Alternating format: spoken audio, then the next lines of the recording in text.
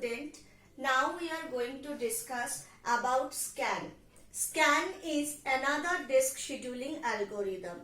We have already discussed about FCFS, that is first come first serve, where the requests are going to served according to their arrival time. When they have come, the request come first, that request serve first. And in SSTF, that is the shortest seek time first algorithm, the requests are served according to the movement with the shortest movement, that means the request with the shortest seek time, that request is going to serve first. Now we are going to discuss about scan. This scan algorithm is also called an elevator.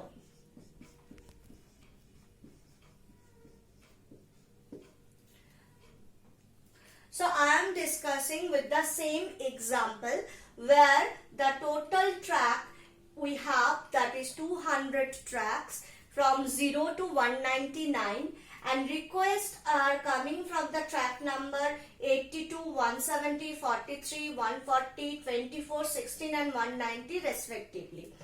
And the current position of the read-write header is 50. We need to calculate the total number of tracks movement by head. Now, when we are doing scan algorithm, there is another extra information we require.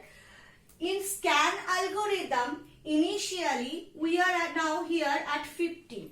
Now we need to have an information that we should move first in this direction, that is the larger value of 50, or we should move in this direction, that is the smaller value of 50. Maybe it is given in the question. If it is given in the question, then we need to move accordingly that. If it is not given in the question, then you can do as your choice. So I am moving according to the larger value. So firstly I am moving to the larger value of 50. So the first value come. So when larger value means we have to move 50 to 199 direction. So if we start moving from 50 to 199 direction, which is the first request we can serve, that is 82. So I have started, and firstly I have reached to this 82 request.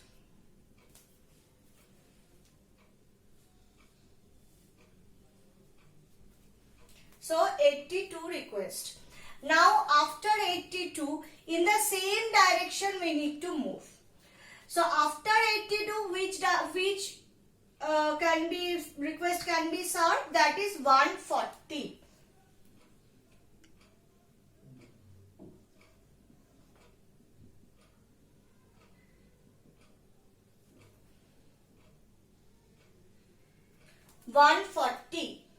Now after 140, which request can be served, that is 170.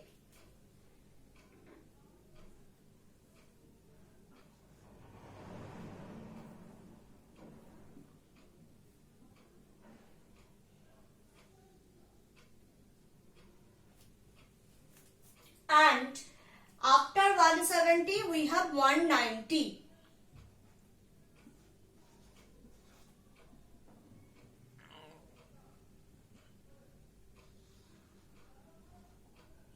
So after 190 we haven't any request.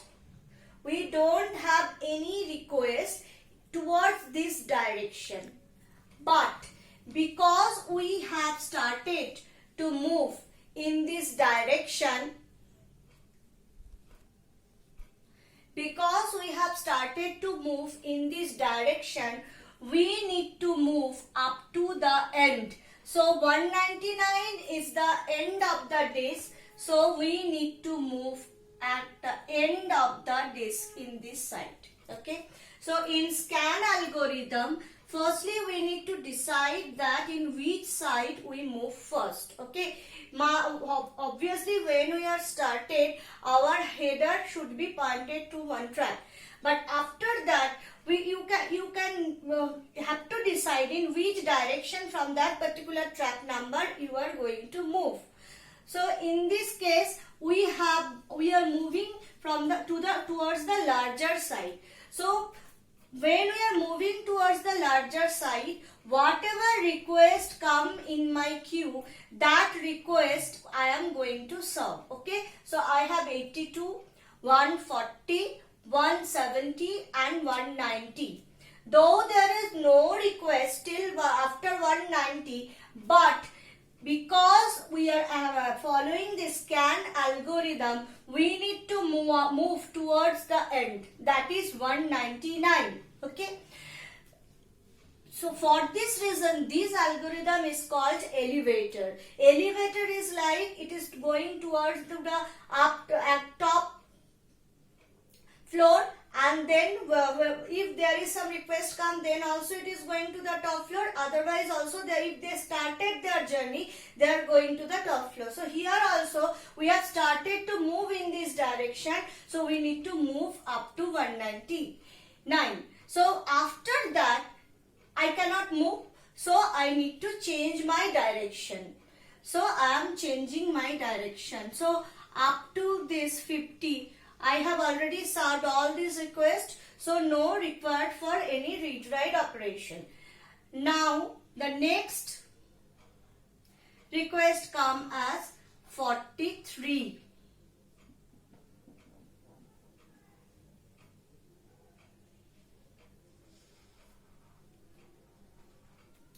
So this is the next request. So we are going up to the end of one direction, that is 199. After reaching to the ending point of that direction, the header change its direction and then it is moving towards the opposite side. And now it is moving towards the opposite side, and the next request it can serve, that is what? 43. Okay. Now after that I can serve 24.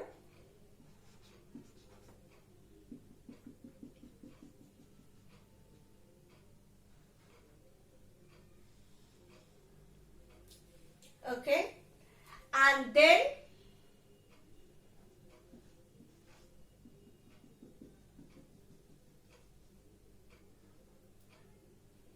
16. Okay, so I can stop here.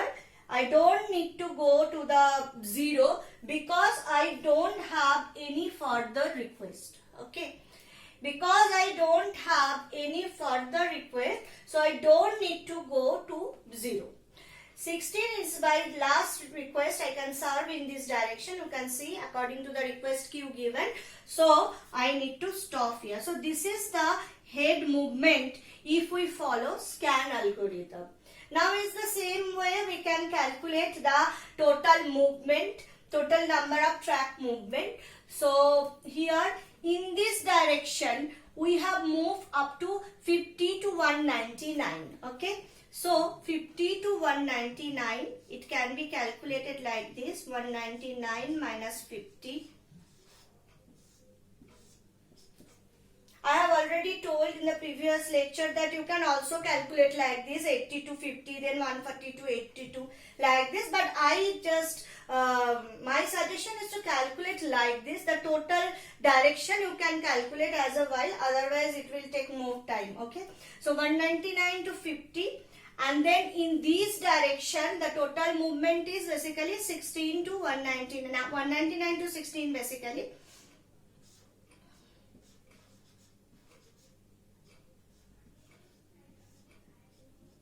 So this is the total. Now one thing, there are some confusions that this 19 to 199, if this movement will be considered in the calculation, there is a confusion regarding that. And then 199 to 50 or 43, is this movement should be considered. Now because we are actually considering the total number of track movement, so obviously we are moving towards, actually we are moving with this track now. So we should consider the total track movement. Okay, so if we consider the total track movement, then it is going to become like, so if we calculate this, we have 332. Okay, So this is total 332 numbers of track movement. So this total thing you can also solve as just starting towards the smaller direction also. So that will be give you the maybe another different result, but it should mention first when you are solving that in which direction you are moving. Okay, when you are doing the scan algorithm. So this is basically the scan algorithm. Here the head is moving towards one direction, and in that direction whatever they request he can serve, it's going to serve that, and after that it will change its direction, and then it is again moving towards the opposite direction, and what the other data he left, that data also can be served, that request also can be served. So this is the you can see this is that in SSTF whenever you have calculated it was 308, now it is just a little higher than 308, because this actually come for this movement was not in the SRTF, so for this movement the total this change is come.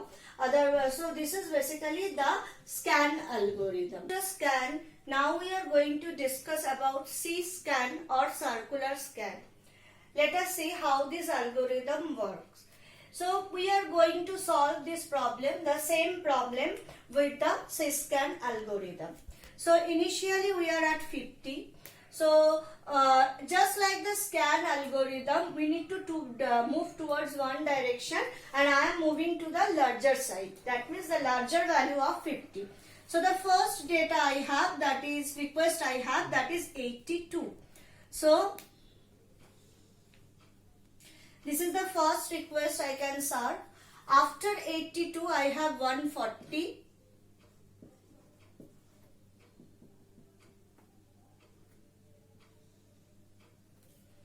So it can be served. After 140 I have 170.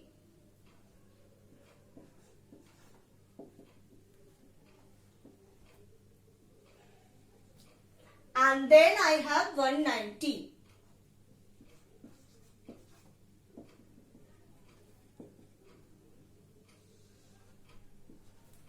And just like here you can see 190 is the last request towards this direction. And just like the scan algorithm, in this case also I need to move towards the end of the disk. Okay. So this is one side we have completed. Now we need to change the direction, because I have direction of the header, because I have reached towards the end. Now when I have changed the direction, in case of scan, when I am moving towards this direction, that is the opposite direction, when a new request I have, I can serve that.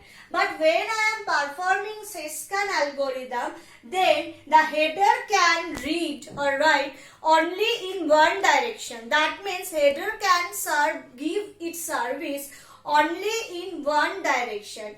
So I need to change my direction, and I need to move towards the end of the disk of this direction. So the end of the disk is 0, so I need to reach to the opposite direction's end. And when I am moving in this direction, I am not taking any request. Okay, I cannot serve any request. So that is the main difference between scan and circular scan.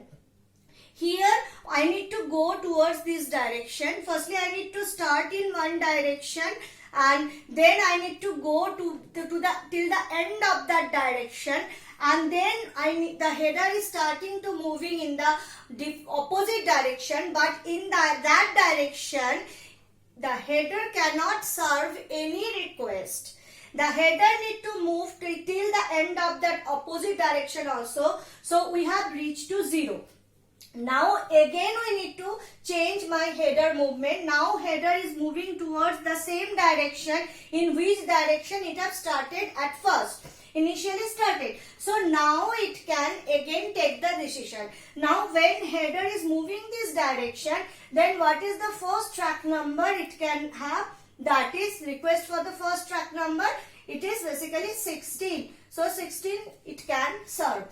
So now it is going to start again to serve request. Okay, so the first request it can serve, that is at the 16, and then after 16 we have 24,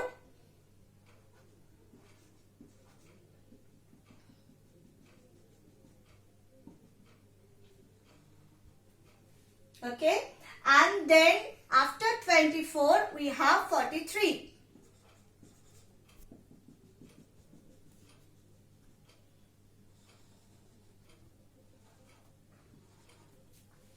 Now this is the end because we don't have any other request. So basically in scan and syscan, in both of the case we need to go towards the till the end of the disk in one direction and serve whatever request come in that direction. Now after that, when we change a direction in syscan, we cannot take any decision, any request. Why? Because whenever you are following syscan algorithm, in syscan algorithm header can take request only in one direction.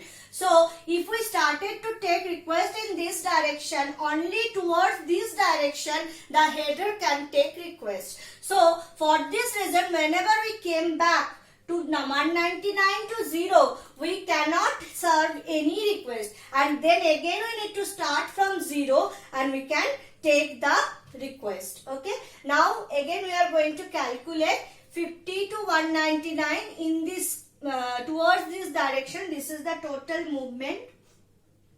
So 199 minus 50 plus 199 to 0. Okay, we need to consider this movement also. Though you are going to get many materials who are not going to consider this, but because the header movement have happened, we should consider this movement also. Then the movement is 0 to 43. 391. Okay, so this is basically the total header movement you have using syscan algorithm. I am going to solve the same problem using look algorithm. Okay, the problem remains same, only the approach is different. Now we just here 50, again it is in the 50 is my initial position of the header. Now whenever we are first for look also, we should move towards a particular direction. So in this case also I am taking the larger side of 50. Okay, so after 50 I can go to I can reach to 82.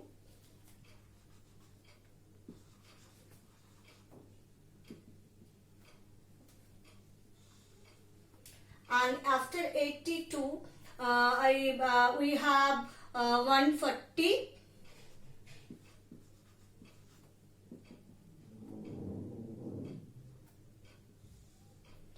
And after 140 I have 170.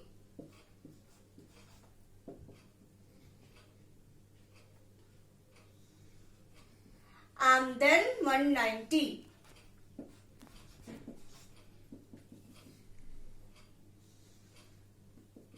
Okay, so up to now this is just like scan. Now in scan we need to move towards the end. Still we have don't any other request towards this direction, but if we follow scan algorithm we need to move towards the end. But look, tell why should we move towards the end? After 190 I have no request, so I should not move. So it is not going towards the end. It is at this position, it is going to change its direction. Okay, and then the next data it have at 43.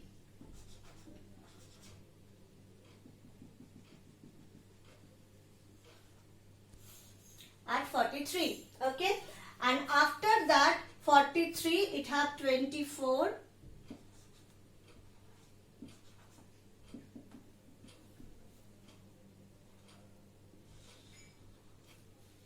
And then after 24 it have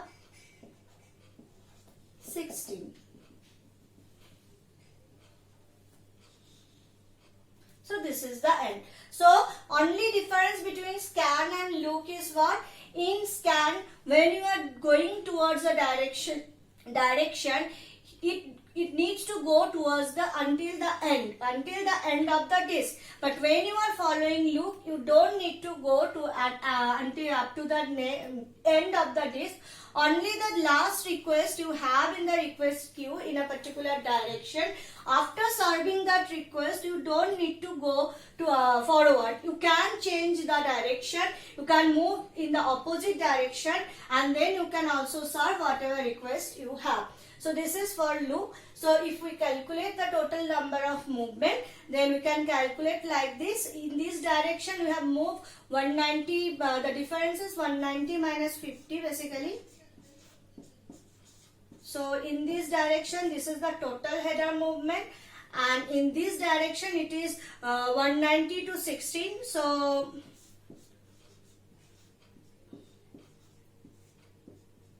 if you calculate, you are going to get 314. Okay. So this is the total movement for loop. Now we are going to solve the same problem using circular loop. Okay.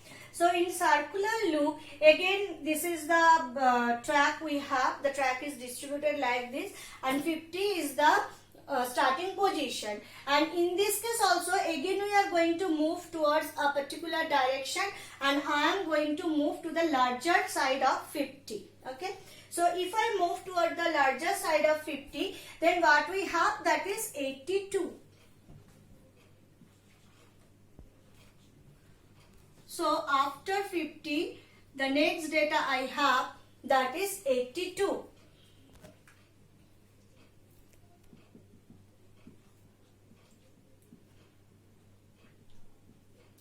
So this is the next request I can serve. After 82, what is the request I need to serve? That is 140.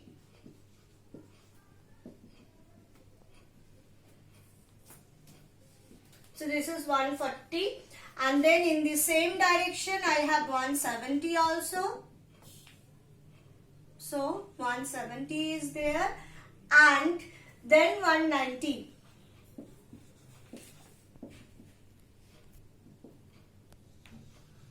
So because we are applying circular loop algorithm, I don't require to go for at the end, because this is the last request, 190 in this direction I have. So I don't need to move further in this direction. For circular loop also, we don't need to travel to until the end of a disk. Now we can start travel in this direction, that is in the opposite direction.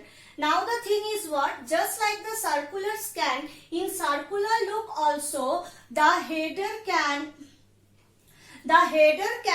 read only in one direction. The header can only take request in one direction. So I have already taken request in this direction. So when I am moving in the opposite direction, I cannot take any decision. So though I have 43 maybe here, but I cannot take 43 in this direction. So I need to move towards, in case of C-scan, I need to move towards 0. That is the end of this direction.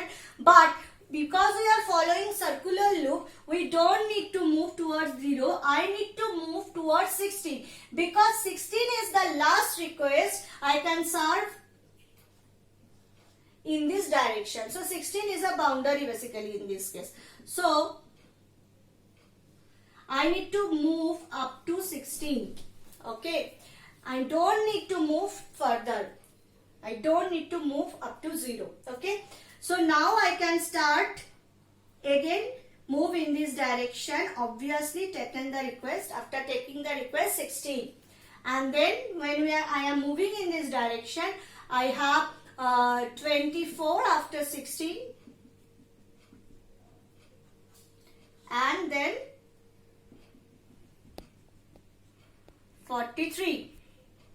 So this is basically circular loop. If you compare with circular loop with circular scan, then the only difference is what? In both of the cases, when I am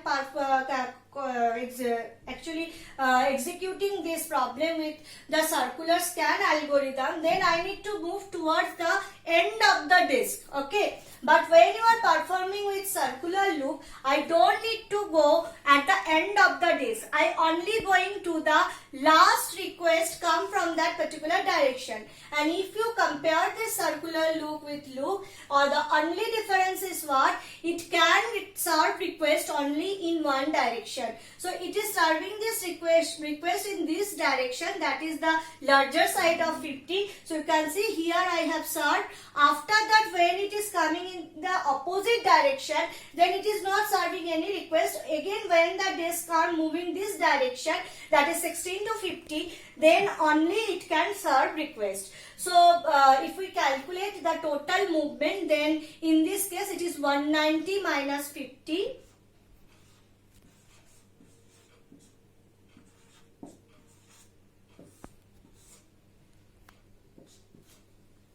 Then again 190 to 16.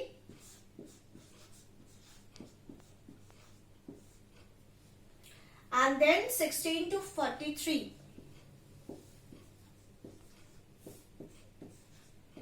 So this is the total header movement. So if you calculate this, you are going to have 341. So 341 is the total movement value. So basically we have discussed different disk scheduling algorithm, the FCFS, SSTF, scan, syscan, loop and C-loop. These are all disk scheduling algorithm, and you have already also calculated the total movement time. The total movement direction you can easily calculate using the just seeing the figure. And then if a time is given, that is for a particular movement, for a particular track movement, suppose 1 nanosecond is there, time is given, then you can easily calculate that. For this case, your total time required is 341 nanosecond. So in this way, you can actually answer the question coming from like this from this scheduling algorithm. Hope you have all understood this. Thank you, student.